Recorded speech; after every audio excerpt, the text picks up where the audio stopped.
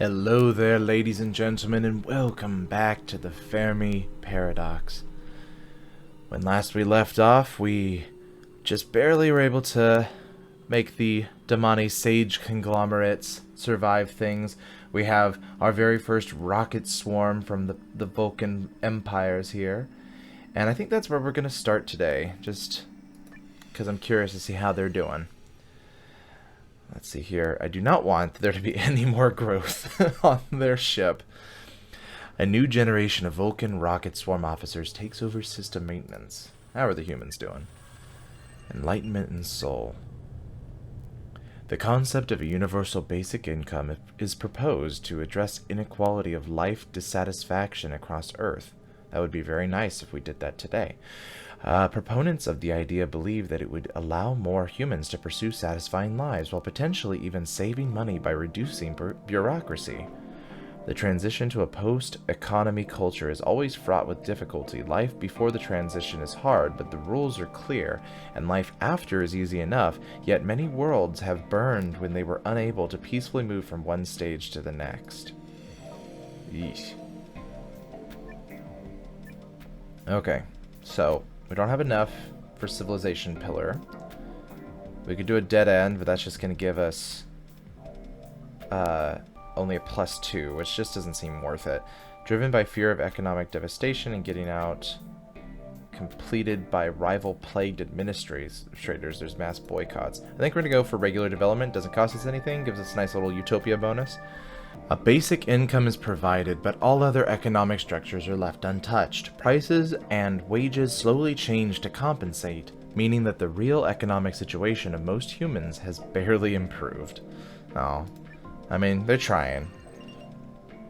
When automation obsoleted many jobs and work dissatisfaction began to rise, the humans implemented basic universal income. This had some impact, but the market largely adjusted to the change, and most humans were still required to work to stay out of poverty.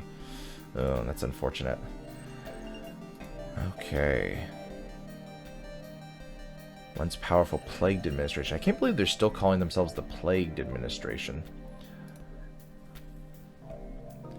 Even if aliens were to revisit the solar system, are we sure we would recognize them? I think we're going to take a little hit to the utopia there, just to gain some extra synthesis faster.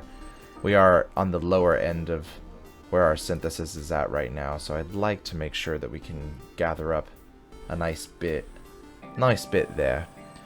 The Esh reached the Abyssal Age. I'm loving the names of these ages for the Esh. To uncover the mysteries of the Abyss, Esh began constructing pressurized holds. These vessels are capable of recirculating water supplies to the Esh aboard while also protecting them from the lethal pressures and temperatures of the deepest waters of Rigel 7's oceans. Who heeds the waste abyss of possibility? The ocean is everywhere the same, but it has no character until seen with the shore or the ship. Ralph Waldo Emerson.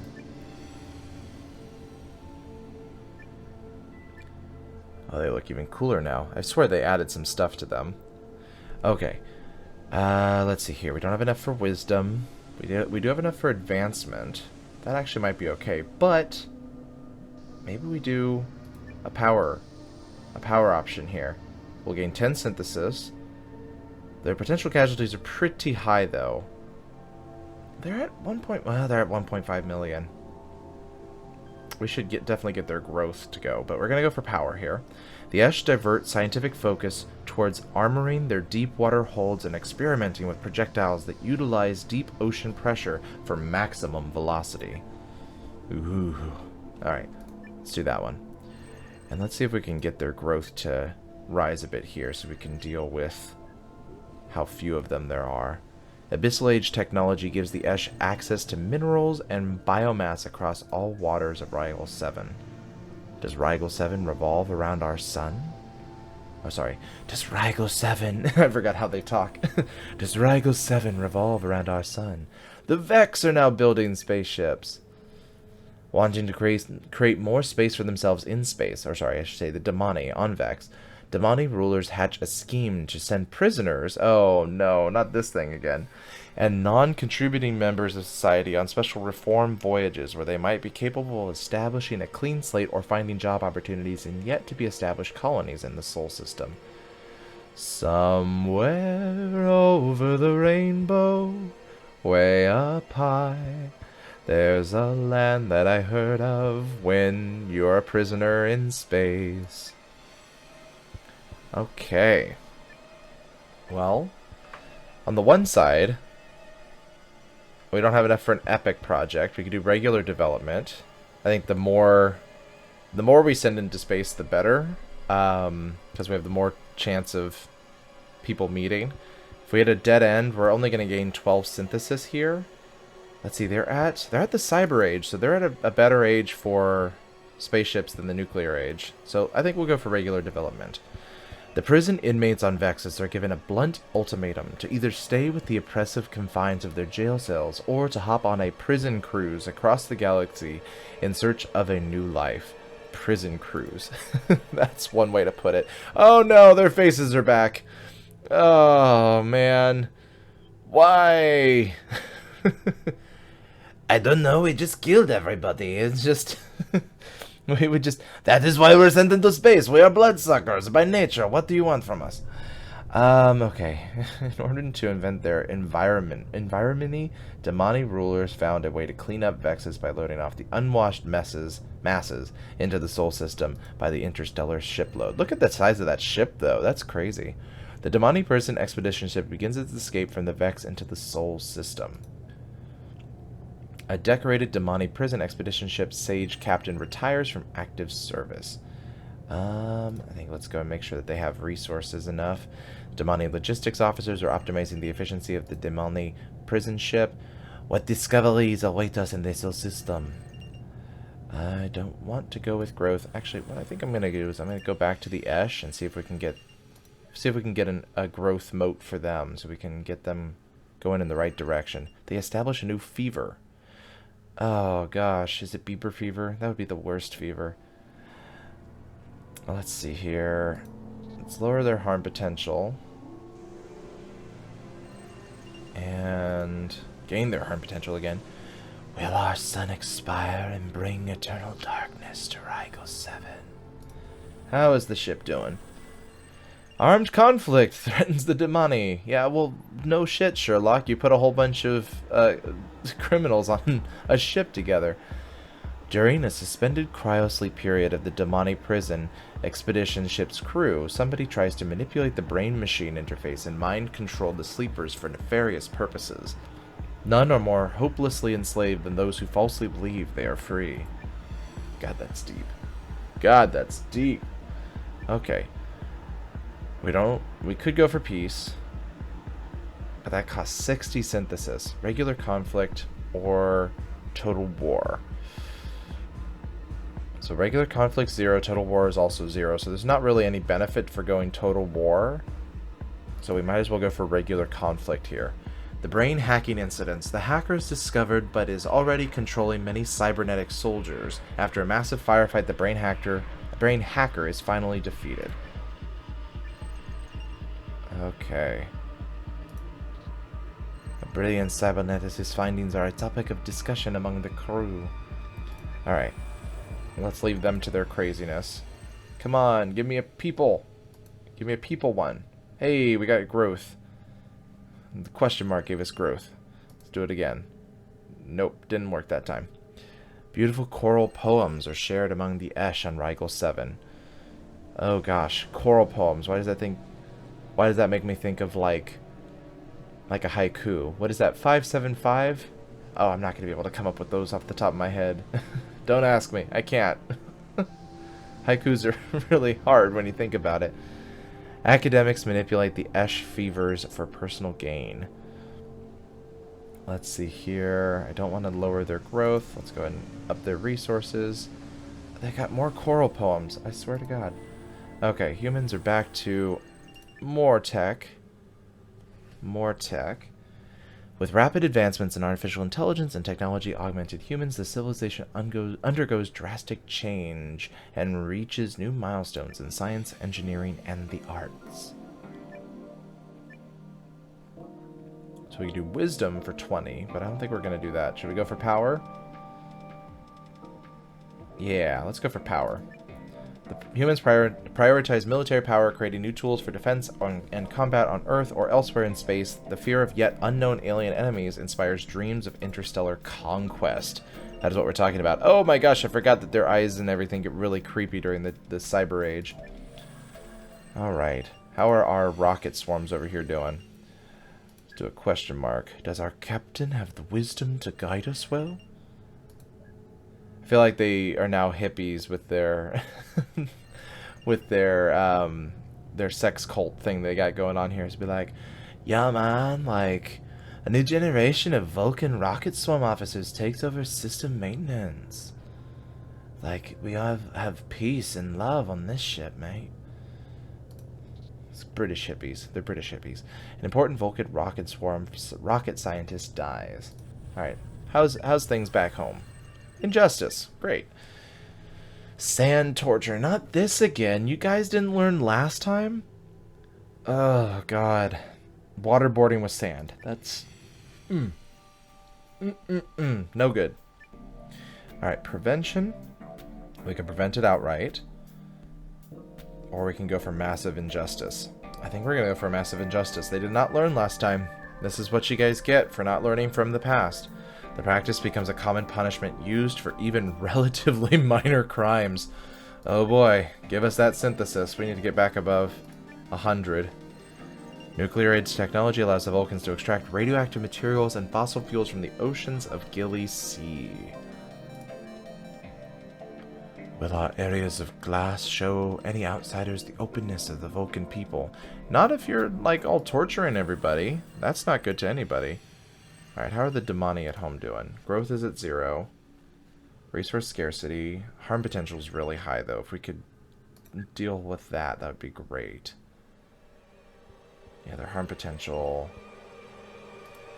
Growth is at 0, which is okay. I don't know. If an alien civilization does exist somewhere in the galaxy, it is very likely to be a synthetic one. Oh, very interesting proposition. Alright, let's do a little bit of growth. A new metroplex swells with Damani. A little bit of growth. Memes promoting environmental conservation measures circulate among the Damani and the Vaccae system. Hey, they reached it! Are they going to crash land? They land on the Ross system. The islands of Ross. Arriving on Virgo, the Vulcan rocket swarm finds a beautiful archipelago down on the ocean planet. This land could be the perfect location for colonial settlements. The most valuable discoveries have found their origin in the most trivial accidents. Okay. So, how are we going to do this? Fleet split, full deployment, total failure. Well, I don't want total failure. Fleet split, let's see. The Vulcan rocket swarm's captains only find one island suitable for the colonial base. Half of the rocket swarm decides to continue their journey to another star. Oh. I mean, I like that, because then that could be... Oh, that could be really good, because then we'll get 2 planets out of 1, essentially. Then we have full deployment. Each island is claimed by a different class ship. Though the oceans of Gilly Sea are scant with resources, the island colonies struggle to build up ocean-wide infrastructure. Let's go with the fleet split. I like this idea. Now, it's going to potentially hurt us if something really bad happens, because we don't have enough synthesis, but... I think that having the Vulcans in a good state to maybe populate, that's the word, populate 3 different planets would be great. So let's go with that. Oh, right. So they're headed where? Are they headed? They're headed to Sirius. Okay. So we got the Vulcan island colonies now. Vulcan fleet split into 2. They began making the Ross system their home. How are the island colonies doing? Paradigm shift. The Sirens of Ross. Ancient legends of enchanting beings luring sailors into the ocean of their home planet Galilee are revived by a generation of colonists native to the giant oceans of Virgo. The myths speak to the isolation they feel from their colonies being separated by vast ocean journeys. A purpose of human life, no matter who's controlling it, is to love whoever is around to be loved. Okay.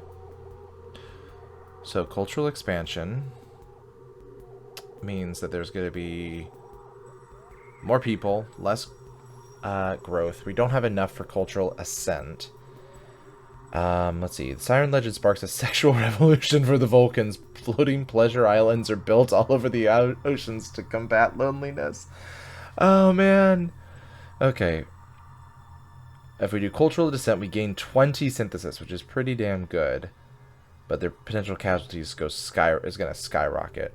The myth is born in fear of the other. Factions start to brand the colonial competitors as malicious tempters and send in colonial soldiers. They name themselves the Galestrians to show they are not tainted by the siren song. I feel like this is... Both of them are not great options, because this one's going to take away my resources and gain a whole bunch of growth. But I think, just in keeping with the theme that we had going on with the ships, I think we're going to go with cultural expansion here. The Siren legend sparks a sexual revolution. Yes, they do. And look at y'all. You've taken off all of your whatever you call it, space clothes. The colonial factions of the Ross system demobilizes many Siren colonial soldiers. Okay, let's see here. Yeah, let's go ahead and take a little away from your tech level. Memes are circulated among the colony full of misinformation about the Ross system. That's not good. There we go. Lower those potential casualties. This will be good. And then I think whatever we could do to lower growth, I think will be what we want to focus on next. An influential leader rises to power in the Siren colonies. Hey, Vaccae, we haven't seen you guys in a while. They've reached the Dirigible Age, so they're finally out of the Iron Age. The Vaccae on Kepler 4 managed to construct lighter-than-air vessels filled with buoyant gases to safely traverse the otherwise impassable tracts of lava and volcanic wastes. This allows them to go on long-distance global travels. Forward, my neonates. Let's conquer the sky. Let's fly away from these caustic grounds and let these fantastic balloons carry us to new promised land. Okay. Go for wisdom? No, I don't want to spend any money. So it's really power advancement, both of which cost nothing. I think we'll probably go for advancement. Though... I mean, it makes more sense to go for power if we're just going to talk about them as a species. Then we could try to get some growth going here. War dirigibles are filled with steel lancers equipped with simple firearms. Born and raised in the hazardous environment of the primal world, these Vaccae are dropped into other societies to plunder and kill without scruples. Okay. Let's give us a growth. Let's do a growth. Not a growth hormone. What do you call it? The Vaccae mourn the death of a great academic who leaves behind an important legacy. So we're potential casualties. Aerial troopers lay down their gunpowder muskets and abandon the art of war. That's not good. They must always be at war. Is there life after death? How are the Esh doing? Growth. Oh, this is a really cool picture. I like that. The furry Esh. It's like they've been listening to me. The group of Esh start to develop especially long and thick fur. This fever of fur balls is more resistant to the cold on Rigel 7, and a neighboring colony has noticed this change and informs their vector. You want to be more hairy. That's beautiful. You want to be more clean-shaven? That's great. Give me a fish with hair. Long, beautiful hair. Okay. We don't have enough for the civilization pillar, but we can go with regular development, which I think we should go for anyway, because it will help with their harm potential if we have more of them, because we're already trying to raise the amount of growth they had anyway. The furry people prosper, and their fever grows to become influential on the ice planet. Their fever, that's what they're calling them. Okay. I want to go back to the Vaccae. I want to get their growth into the positive. Is there life after death? No, there's not. Not for you, Vaccae. An influential Vaccae hive subjugator rises to power on Kepler 4. Does Kepler 4 revolve around our sun? God, they keep giving me, like, negative potential casualties, or, like, more harm. I don't want that. Let's up their tech, because they're only at tech level 4. We need to get them higher on that scale. A gang of wild hunters was arrested for poaching on the wildlife of a protected land. How are the Damani? Knowledge and Vex. Automated research programs, default software encoded with all Damani digital devices allocates any spare capacity to data analysis. The digital overhead of Damani society is devoted to the exploration of knowledge. My cleaning robot is preoccupied with an ancient mathematical paradox. It hasn't vacuumed in weeks. I'd buy a new one, but my banking network is running analysis on dark matter theories as a background task and won't let me log on. I love that it's running that as a background task. Oh, man. Okay. So, I think we're going to go with regular development, not only because it's all positive. We get two synthesis, and we also get extra technology. Consistent use of background data analysis advances Damani knowledge and greatly improves their research speed. Okay. Back to the Vaccae. Come on. We just need one growth hormone. We need one growth mote. Let's increase their tech level here. Oh, right. There we go. That should take them to 0? No. It's taking them to -2. So at least a little bit less than where they were at. They've mourned the death of a beloved hive subjugator. They fear the ruthless hive subjugator. The Siren Factions. I love the name of that. And they're already at the digital age. It's like, we're on these islands, but we've got the internet. The Sirens are now connected via complex computer systems, satellite networks, and mobile communication devices. With constant interaction in global computer network and new digital art forms, global cultural transformation is stark and rapid. Preliminary genetic and biodigital experiments could lead to health improvements and longevity, but caution is advised in these and other uncharted territories. Okay. I think... Let's see here. Do we want to go for power? I think they could take a little bit of hit with the power. I mean, their potential casualties are... they're about average. Let's see. The digital technology applied to warfare results in guided missiles, enhanced recon, and remotely piloted combat drones. With autonomous killing machines just around the corner, factions could also implement ubiquitous surveillance to keep tabs on their citizens. Yeah, we'll do that. Because I want to gain our synthesis back here, because we are really struggling to keep above 100. It's probably because I've been choosing some nice things for some of these people, so we need to stop that. Are we living in a computer simulation, man? Great. Damani prison expedition ship. Ship destruction. The entire crew of the Damani prison expedition ship, regardless of whether they are awake or in cryosleep, are connected via a cybernetic brain interface. This communication network has a fatal flaw, and an unforeseen energy overload could instantly fry the brains of all Damani on board. Oh boy. Where are we going with this? Are they going to make it? We will find out. Let's see here. Do we do a close call for 10? That's actually pretty cheap, all things considered. Minimal survivors,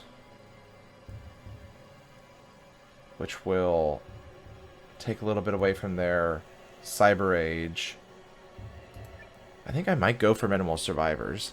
Only a few crew members are not outfitted with cybernetic brain links, and energy overload destroys the brains of most onboard Damani instantly. Now only hull workers and young children are left wandering the ship. Yeah.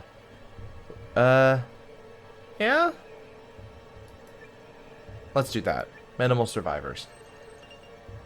And their growth is way low, so we gotta right that. Go the other way. New life is created aboard the Damani prison expedition ship. Support systems need more resources and energy during the Damani prison expedition ship escape. Their growth is going down, so we need to write that. The new generation of Damani prison expedition ship offers takes over system maintenance. Okay. Alright. So... Oh, and they're headed towards the humans. I just realized that. Oh, that's amazing. So they're headed toward the humans.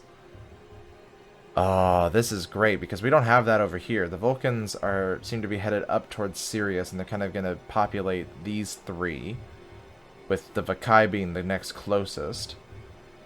And the Esh Fevers, or Fevers, are up here. But this will be cool, because the Damani and the humans will interact if we can get the Damani to survive, which I think will be our focus when we come back during the next episode. If you've enjoyed this episode and want to see more of what comes on the channel, hit that subscribe button, hit the bell icon to be notified of new videos, like this video so it shows up in the YouTube algorithms, and as always folks, I will see you in the next game.